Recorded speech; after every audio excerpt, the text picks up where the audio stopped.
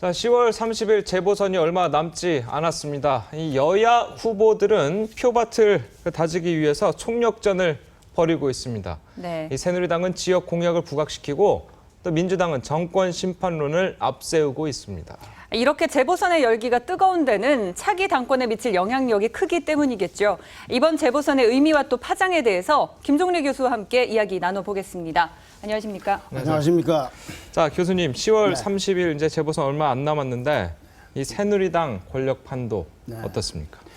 원래 이 재보선은 사실은 국회의원 자리가 빈 자리를 그냥 메우는 것이지 않습니까? 네. 행정적으로만 보면. 그렇죠. 근데 우리나라 역대 재보선이 전국적 관심을 갖는 수가 많아 있어요. 네. 왜 그러냐면은 유명하거나 거물이거나 전국적인 인물들이 재보선을 통해서 국회로 다시 들어오기 때문에 그렇습니다. 그렇죠. 옛날에 손학규 민주당 고문이 분당에서 그렇게 네. 했고 네. 지난번 4.16 총선 때는 재보선 때는 안철수, 김무성 그리고 이완구 의원 같은 분이 들어왔고 이번에도 두 군데 치르지만 바로 화성갑에서 치러지는 선거가 주목을 받죠. 그 이유는 당선 가능성은 실제로 모르겠습니다만은 예. 민주당의 새누리당의 서청원 고문이 거기에 출마했기 때문에 네. 그렇습니다. 그래서 오늘 말씀드리는 거는 이분이 당선돼서 국회로 들어오는 걸 전제로 말씀드리는 것이지 당락에 영향을 미치는 건 안 되지 않습니까? 네, 예. 그렇죠. 이분이 들어오게 되면 적어도 여야 관계는 잘 모르겠습니다만은 새누리당 더 넓게는 여권 전체에 큰 영향을 미치게 돼 있죠. 어떤 영향이냐? 권력 판도라고 할까, 권력 지도라고 할까, 정치 지형에 영향을 미치게 돼 있습니다. 네. 자, 그러면은 그동안 이제 재보선에 방금 말씀하셨듯이 재보선은 거물들이 이제 출연해서 네. 당선해서 들어오기 많이 했는데 그 사례들이 굉장히 저희가 궁금하거든요. 어떤 사례들이? 아까 말씀드린 손학규 예. 고문이 그렇게 들어왔다든지 네. 지난 4월 달에는 안철수, 네. 김무성, 이완구 의원 같은 분들이 들어왔지 않습니까? 들어와서 오르냐 그러냐를 떠나서 나름대로 하여튼 어떤 큰 정치적 움직임을 지금 하고 있지 않습니까? 그렇죠. 예. 그러니까 단순히 빈자리 메우는 게 재보선이 아니다. 그게 우리나라 정치의 특성이다 이거죠. 네, 이번에 재보선도 굉장히 중요한데요. 네. 이 앞으로 남은 또 정치 일정들도 굉장히 중요할 것 같습니다. 뭐 내년에 네, 있을 네, 것들이요. 네. 좀 정리를 해주시죠. 예, 바로 이 서청원 고문이 국회로 예. 들어온다면 이분을 들어오는 걸 계기로 해서 새누리당의 적어도 정치 일정은 본격적으로 활발하게 움직여질 겁니다. 우선 네. 앞에 남아 있는 걸 보시죠. 우선 여기에는 돼 있지 않습니다만은 12월 10일이면은 정기국회가 끝납니다. 네. 12월 10일 날 정기국회 끝나고 나서부터는 법적 제도적 정치 일정은 아닙니다만은 여권 그것도 저 행정부 쪽에 진용 개편 예를 들어 예. 이제 개각이라든가 이런 것이 가시권에 들어옵니다. 지금 감사원장이나 검찰총장 같은 경우에는 빈 자리를 메우는 거지만 박근혜 대통령이 취임 첫 해를 국정을 운영해 보니까 이런 부분은 조금 잘못 발탁한 것 같다. 아니면 이분은 다른 자리에 맞겠다든지 여러 가지 이제 리모델링을 좀 해야 될 거 아니겠습니까? 네. 그런 의미에서 여권에 특히 행정부 쪽의 진용 개편은 뭐 거의 불가피할 것이고 가면 누구가 될지 얼마나 될지 시기가 될지라는 것은 법적인 절차가 아니기 때문에 네. 박근혜 대통령이 이른바 우리가 잘 쓰는 통치구상 차원에서 결정하겠죠. 근데 나머지는 법적 제도적인 정치 일정입니다. 이건 어떻게 할 수가 없는 겁니다. 네. 자, 우선 밑에부터 보시죠. 내년 6월 4일에는 지방선거가 있습니다. 위에서 네 번째입니다. 네. 그다음에 7월 달에는 재보궐선거가 다시 있습니다. 네. 이 재보궐선거는 원래 4월인데 1년에 4월 10월에 있는데 내년엔 지방선거가 있기 때문에 저렇게 잠정적으로 미뤄져 있습니다만은 그때는 이번처럼 2개가 아닙니다. 대법원 판결 일정에 따라서 이때는 10개가 될 수도 있고 그렇게 많아질 겁니다. 그래서 이런 정치 일정들은 불가피하다. 그리고 네. 여기는 쓰지 않았습니다만은 그로부터 2년 후에는 총선이 있습니다. 그렇죠. 자, 그걸 염두에 두고서 말씀드리면 이와 같은 선거는 누군가가 하여튼 총괄하거나 하는 어떤 팀이 있다든지 지도부가 있어야 될 거 아닙니까? 네. 그렇죠. 그걸 해야 될 분들, 그건 당 대표를 중심으로 한 새누리당의 지도부 아니겠습니까? 네. 박근혜 대통령은 현재 새누리당 쪽에서 일을 하는 게 아니기 때문에 예. 그러면은 여기 진용을 어떻게 개편해야 될 거냐가 문제가 나오는데 공교롭게도 그 전에 가장 중요한 기능을 해야 될 황우여 새누리당 대표 임기가 5월 14일이면 종료가 됩니다. 그렇죠. 2년 임기를 마치는 겁니다. 네. 그리고 최경환 지금 원내대표 사실상 2인자 기능을 하고 있는 겁니다. 원내대표가. 이분도 같은 날 임기가 종료돼요. 이분은 그렇죠. 임기 1년짜리인데 그때 종료가 되는 겁니다. 네. 예. 한편 여당 몫인 국회의장도 전반기 국회의장을 하셨던 강창희 의장이 임기가 5월 29일 날 바뀝니다. 이것도 다 법적인 문제고 나머지는 정치 일정이다 이거죠.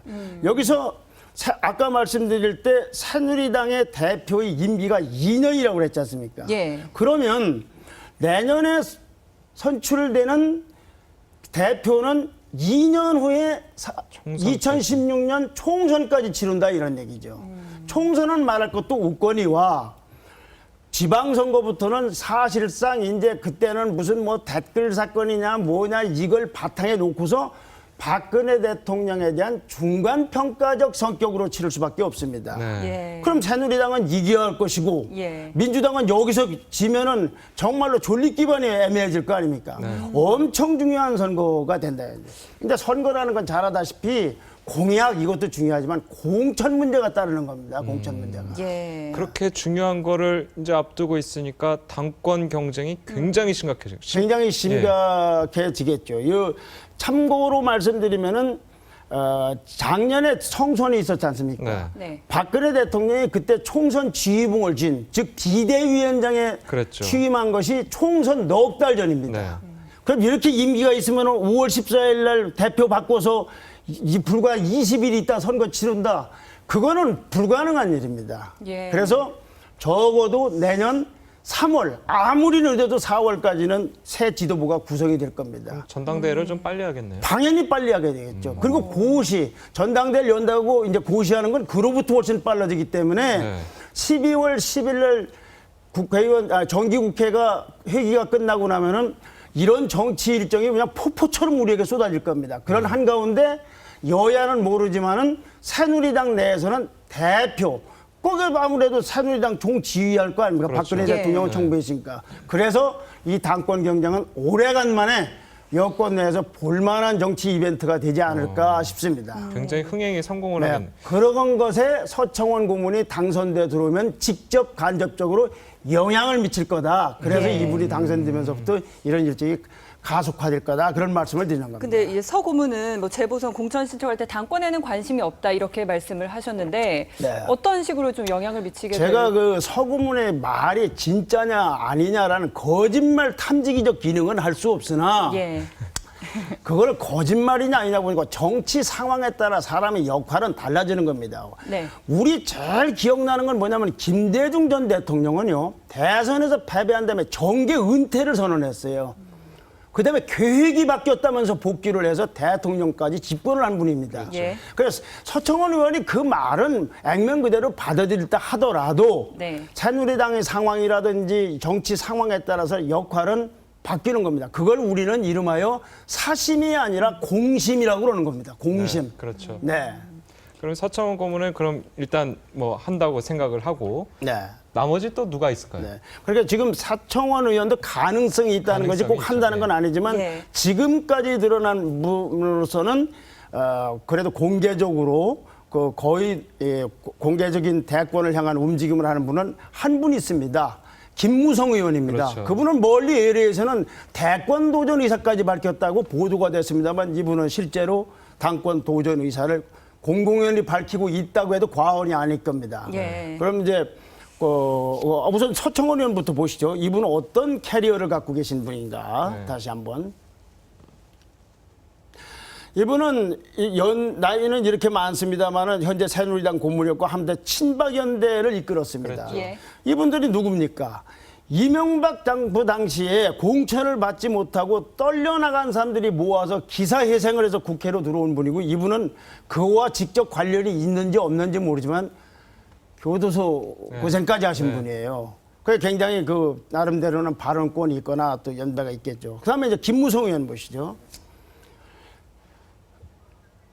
김무성 의원은 여러 가지 정치적 부침이 있었습니다만은 제일 눈에 띄는 대목은 지난번 박근혜 대통령 후보의 선대본부 선거대책위원회에서 총괄본부장을 하면서 빨간 옷을 입고 그 캠프에서 그냥 숙식을 한 다음에 당선된 다음날부터 펴펴이 사라졌던 분이에요. 그렇죠. 그러다가 재보선에 입성한 분입니다.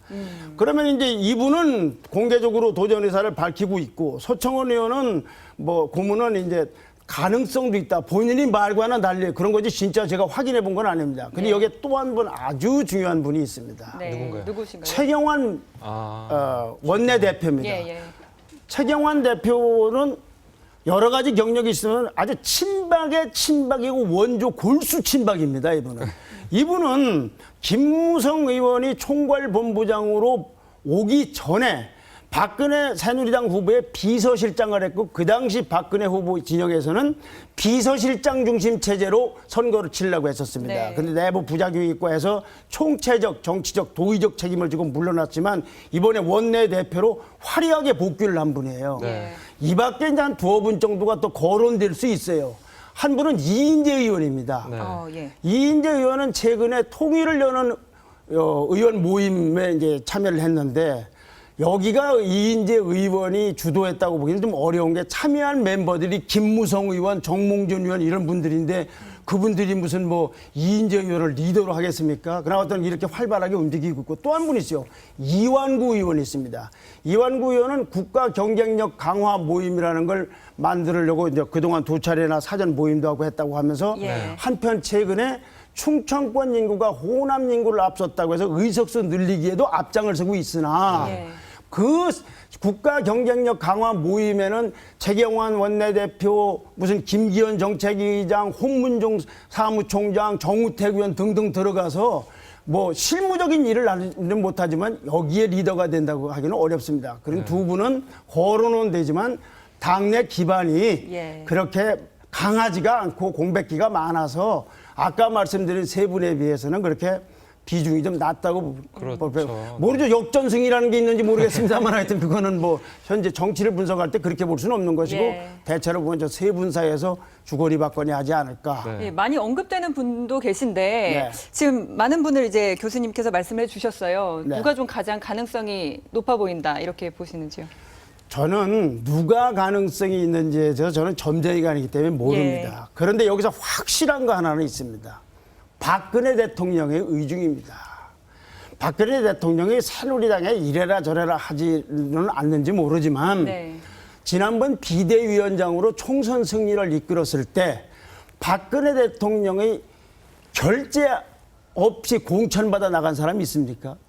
또 하나 이분 입장에서 볼 때는 내년 중간 평가에서 성공을 해야 그 탄력을 가지고 통치 에너지를 모아서 자기 임기를 마무리 질 수가 있고 더군다나 그 2016년에 벌어진 총선이 박근혜 대통령한테는 얼마나 중요한 겁니까? 그런데 그 총선을 새누리당 당권 도전을 그냥 여러분들끼리 그냥 편안하게 알아서 하시오. 그렇게 할 수 있는 건 아닙니다. 또 하나 우리나라 지금 대권형으로 움직이는 정치인들의 지지도를 한번 합쳐보십시오. 개인 박근혜를 합쳐도 못 이깁니다. 그렇죠.